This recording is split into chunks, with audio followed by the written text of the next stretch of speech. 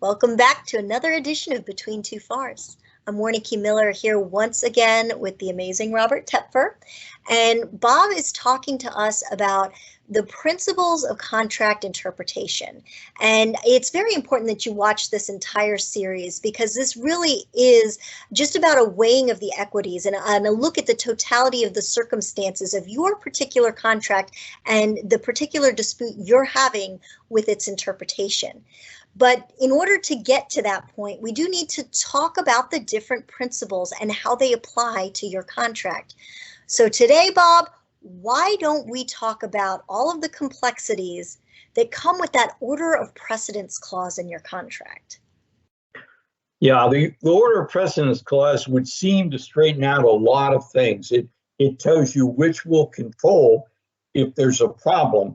The fact of the matter is, though, if there's a real problem and that there's a conflict between the various sections, that notwithstanding the order as stated in the FAR clause, you may find out that the prior rule of patent ambiguities may trump the clause, and there may be a contractor obligation to come forward, notwithstanding the fact that there's an argument, hey, why would I have come forward? There is no contradiction because the language in the order of precedence clause resolved it.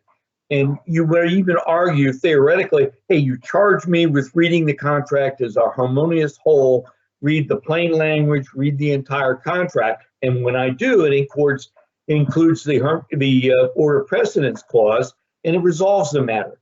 But some of the cases seem to indicate that if there's a patent ambiguity, the contractor had a duty to come forward, speak to it, and ask the question. So, the clause is good, but I'm not certain it is the panacea that you would like it to be.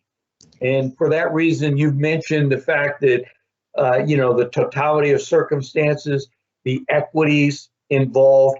I would recommend that if you have more than one principle, that you point to those along with the order of precedence clause and show why your conduct was reasonable in relying on your interpretation and those particular principles. Have more than one principle is what I would say.